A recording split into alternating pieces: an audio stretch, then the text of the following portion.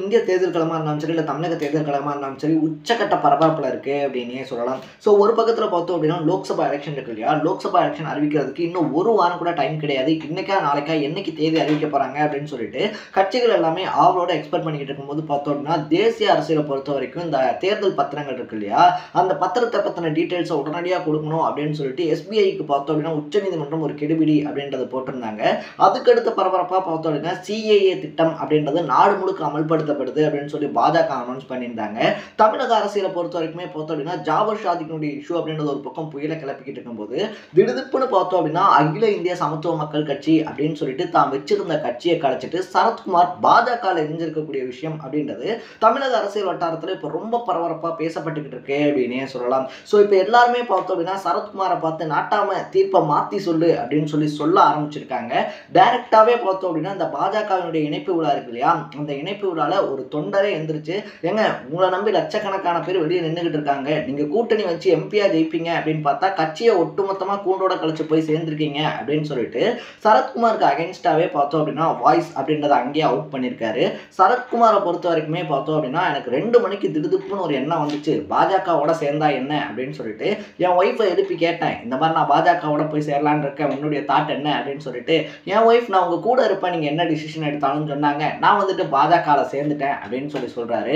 எப்பா பாஜகவில் சேர்றதுக்கு எத்தனையோ காரணங்களை சொல்லியிருக்கலாம், ஆனா என் பொண்டாட்டி நீ பாஜகவில் சேர்ந்தாலும் உங்க கூட தான் இருப்பேன் அப்படின்னு சொன்னதை ஒரு காரணமா சொல்லி பாஜகவில் போய் சேர்ந்திருக்கியே, இதெல்லாம் சரிதானா நாட்டாம அப்படின்னு சொல்லிட்டு சரத்குமாரை பார்த்தும் எக்கச்சக்கமான கேள்வி கணைகள் அப்படின்றது வீசப்படுது அப்படின்னே சொல்லலாம். ஸோ என்னதான் நடக்குது, எதனால சரத்குமார் இந்த திடுதிப்பு இப்படி ஒரு முடிவு எடுத்தாரு, சரத்குமாருடைய அரசியல் பயணம் தான் என்ன, எந்தெந்த கட்சியில எந்தெந்த பொறுப்புகள்ல இருந்து இப்படி இந்த நிலைமை அப்படின்றதுக்கு வந்திருக்காரு அப்படின்ற மாதிரி பல இன்ட்ரெஸ்டிங்கான விஷயங்களை தான் நான் உங்களுக்கு கூட ஷேர் பண்ணிக்க போறேன். அதுக்கு முன்னாடி நம்ம சேனலுக்கு நீங்க புதுசா வந்திருந்தீங்க அப்படின்னா இதே மாதிரி அப்பப்போ அப்டேட்டா போயிட்டு இருக்கிற விஷயங்கள் இருக்கு இல்லையா, அது கரண்ட் அஃபேர்ஸாக இருந்தாலும் சரி, பாலிடிக்ஸாக இருந்தாலும் சரி, ஸ்போர்ட்ஸாக இருந்தாலும் சரி, இதே மாதிரி அப்பப்போ அப்டேட்டா போயிட்டு இருக்கிற விஷயங்களை நீங்க தொடர்ந்து தெரிஞ்சுக்கணும் அப்படின்னு ஆசைப்பட்டீங்கன்னா மறக்காம நம்ம சேனலை சப்ஸ்கிரைப் பண்ணிக்கங்க.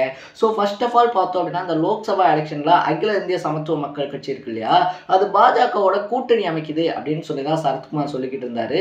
திடுதிப்புன்னு பார்த்தோம் அப்படின்னா இன்னைக்கு கட்சியினுடைய ஒரு பொதுக்கூட்டம் மாதிரி வச்சிருந்தாங்க. அந்த பொதுக்கூட்டத்திற்கு நடக்கக்கூடிய இடத்துக்கு பார்த்தோம் அப்படின்னா அண்ணாமலை இவங்கெல்லாம் வந்தாங்க. முக்கியமான உயர்மட்ட அதிகாரிகள் இருப்பாங்க இல்லையா, அவங்கள்ட்ட கூட பார்த்தோம் அப்படின்னா ஆலோசனை அப்படின்றது முழுமையாக செய்யப்படலை.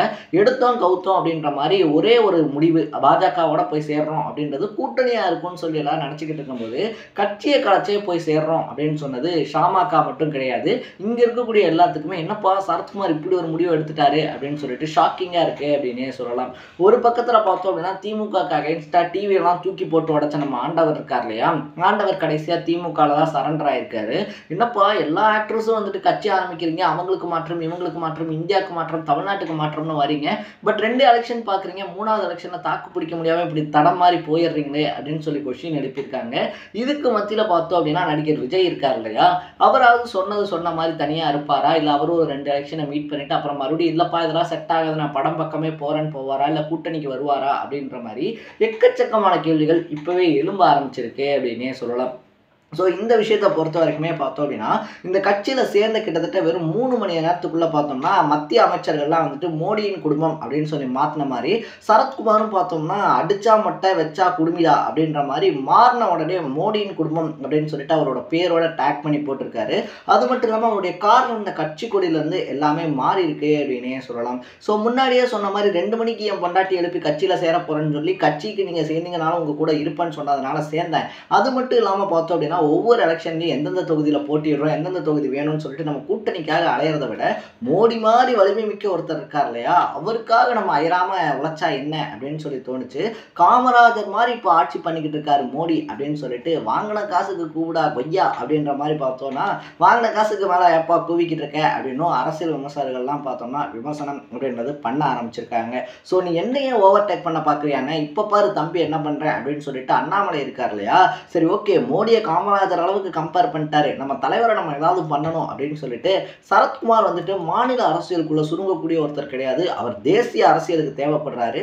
இப்போ சரத்குமார் எடுத்திருக்கக்கூடிய முடிவு இருக்கு இல்லையா, இது வந்துட்டு பார்த்தோம் அப்படின்னா இப்போ 2024 பாஜகவுக்கு நல்லதாகவும் 2026 பார்த்தோம் அப்படின்னா இது வரக்கூடிய சட்டமன்ற எலெக்ஷனுக்கு ஒரு நல்ல தீர்வா இருக்கும் அப்படின்னு சொல்லிட்டு ஆளாளுக்கு பார்த்தோம்னா மாத்தி மாத்தி புகழ்ந்திருக்காங்க. இதுக்கு மத்தியில நான் சொன்ன மாதிரி ஒரு தொண்டர் மட்டும் பார்த்தோம் அப்படின்னா நேத்துல இருந்து கொந்தளிச்சுக்கிட்டே கிடக்காப்புல, நான் என் பொண்டாட்டி பேச்சை கேட்டிருக்கணும், சரத்குமார் எப்படி அவர் பொண்டாட்டி பேச்சை கேட்டு பாஜகவில் சேர்ந்தாரோ அந்த மாதிரி நான் என் பொண்டாட்டி பேச்சை கேட்டு சாமக சேராம இருந்திருக்கணும், கேட்டனா அப்படின்னு சொல்லி புலம்பவும் ஆரம்பிச்சிருக்காரு அப்படின்னே சொல்லலாம். ஸோ சமத்துவ மக்கள் கட்சியில முக்கியமான பொறுப்புகள் இருக்கக்கூடிய பலருக்குமே இதுதான் நிலைமை. என்னடா திடுப்புன்னு எனக்கே தெரியல அப்படின்றது தான் அவங்களுடைய மைண்ட் வாய்ஸாகவும் இருந்துகிட்டு இருக்கு.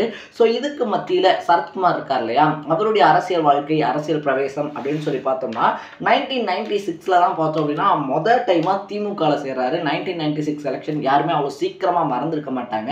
ஏன்னா ஜெயலலிதா கருணாநிதி இருக்காங்க இல்லையா, அப்போ சரியான பிக்கு. அது மட்டும் இல்லாமல் ரஜினி அப்போ அரசியலுக்கு வந்திருந்தா ரஜினி தான் சிஎம் அப்படின்னு சொல்லக்கூடிய அளவுக்கு ஜெயலலிதாக்கு அகென்ஸ்டா பார்த்தோம் அப்படின்னா வாய்ஸ் எல்லாம் கொடுத்து கலைஞர் ரஜினி ஜெயிக்க வச்சாரு அப்படின்னு சொல்லி இன்னை வரைக்குமே பேசுவாங்க.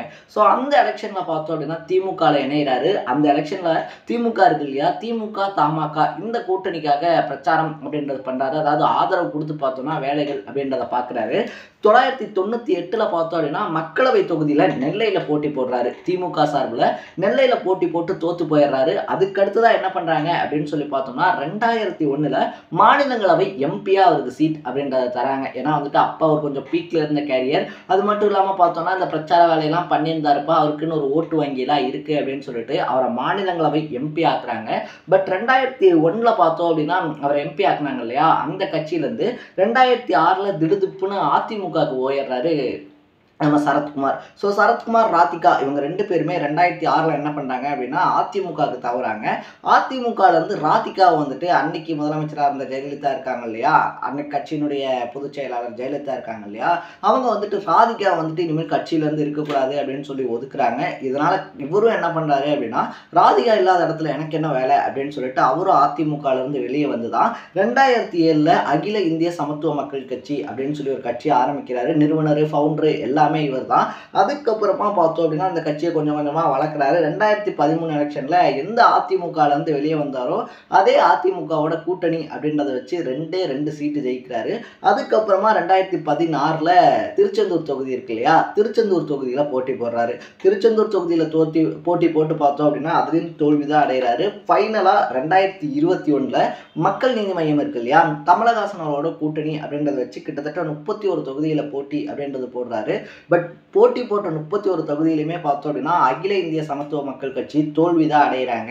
அதுக்கப்புறமா பார்த்தோன்னா நீ ஒரு டைரக்ஷன்ல போமாப்பிள்ள, நான் ஒரு டைரக்ஷன்ல போறேன் அப்படின்னு சொல்லி ஆண்டவர் திமுகவுக்கும் நம்ம அண்ணன் பாஜகவுக்கும் ஷிஃப்ட் ஆயிட்டாங்க அப்படின்னு தான் சொல்லணும். ஸோ இங்க தேர்தல் அப்படின்றது இருக்கு இல்லையா, சினிமா நட்சத்திரங்கள் இது விஜய் மட்டும் குறிப்பிட்டு சொல்ல, கமலா இருந்தாலும் சரி, சரத்குமாரா இருந்தாலும் சரி, விஜயா இருந்தாலும் சரி, விஜயகாந்தா இருந்தாலும் சரி, யாரா இருந்தாலுமே சினிமா வேற அரசியல் வேற அப்படின்னு சொல்லுவாங்க இல்லையா, அரசியல் அப்படின்றத தாக்கு பிடிக்கிறது ரொம்ப கஷ்டமான ஒரு விஷயம் அப்படின்னே சொல்லலாம்.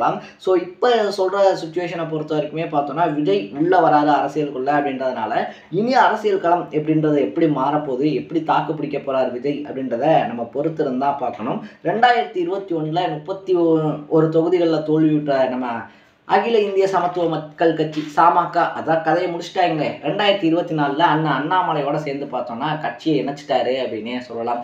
இதுக்கு பின்னாடி என்ன விஷயம் இருக்குது அப்படின்னு சொல்லி கேட்கும்போது அரசியல் விமர்சகர்களை பொறுத்த வரைக்கும் பணம் பதவி இது ரெண்டும் தான். உனக்கு நான் ஒன்று தரேன், என் கூட கட்சியை சேர்த்துரு, ஏன் வந்துட்டு சும்மா பொதுக்கூட்டம் போடுறான் அதை போடுறான் இதை போடுறேன்னு சொல்லிட்டு நீ செலவு பண்ணிக்கிட்டு இருக்க அப்படின்னு சொல்லப்பட்டதாகவும், அது மட்டும் இல்லாமல் பார்த்தோம் அப்படின்னா மத்திய அமைச்சரவை இந்த இணையமைச்சர் மாதிரியான பொறுப்புகள் இல்லை ஆளுநர் மாதிரியான பொறுப்புகள் அப்படின்றது பின்னாட்களில் வழங்கப்படுறதுக்கான உறுதி அப்படின்றது அளிக்கப்பட்டிருக்கு அப்படின்னு சொல்கிறாங்க. ஸோ நம்ம தனியாக கட்சி வச்சு 2 சீட்டு கூட ஜெயிக்காமல் பார்த்தோம் அப்படின்னா பொதுக்கூட்டம் நடத்துறது இல்லைனா ஒவ்வொரு கூட்டத்துக்கும் பார்த்தோன்னா ஆர்கனைஸ் பண்ணுறது இதெல்லாம் ரொம்ப கையை கழிக்குது காசு செலவெல்லாம். ஸோ அதனால் இப்படி அனுப்பிச்சிட்டோம் அப்படின்னா எல்லாத்தையும் அவங்க பார்த்துக்குவாங்க, நமக்கும் ஒரு ஃபேம் கிடைச்சிடும் பதவியும் கிடைச்ச மாதிரி ஆச்சு அப்படின்றது தான் சரத்குமார் இருக்கார் இல்லையா, அவருடைய ஐடியாலஜி அப்படின்னு சொல்கிறாங்க.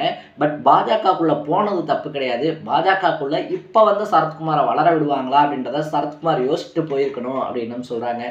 ஸோ என்ன நடக்க போகுது, சரத்குமார் என்னதான் ஆக போறாரு, இத்தனை கட்சியிலேருந்து தாவி தாவி பாஜக இருக்கக்கூடிய சரத்குமார் பாஜகவில் தொடர்வாரா, இல்லை பாஜகலேருந்து இன்னும் காங்கிரஸ்க்கு மட்டும்தான் தலைவன் போல அங்கே ஒரு தாவுவாரா அப்படின்றதுக்கு காலம்தான் பதில் சொல்லணும். அதுக்கு நம்ம வெயிட் பண்ணி தான் பார்க்கணும். ஸோ சரத்குமாரோட இந்த முடிவை பற்றி நீங்கள் என்ன நினைக்கிறீங்க அப்படின்றத கமெண்ட் செக்ஷனில் பதிவு பண்ணிட்டு, இதே மாதிரி அப்பப்போ அப்டேட்டாக போயிட்டு இருக்கக்கூடிய விஷயங்கள் இருக்கு இல்லையா, அது கரண்ட் அஃபேர்ஸாக இருந்தாலும் சரி, பாலிடிக்ஸாக இருந்தாலும் சரி, ஸ்போர்ட்ஸாக இருந்தாலும் சரி, இதே மாதிரி அப்பப்போ அப்டேட்டாக போயிட்டு இருக்கக்கூடிய விஷயங்களை நீங்கள் தொடர்ந்து தெரிஞ்சுக்கணும் அப்படின்னு ஆசைப்பட்டீங்கன்னா மறக்காம நம்ம சேனலை சப்ஸ்கிரைப் பண்ணிக்கோங்க. நாளைக்கு இதே மாதிரி இன்னொரு இன்ட்ரெஸ்டிங்கான வீடியோவோட சந்திக்கலாம். டாடா, பை பை.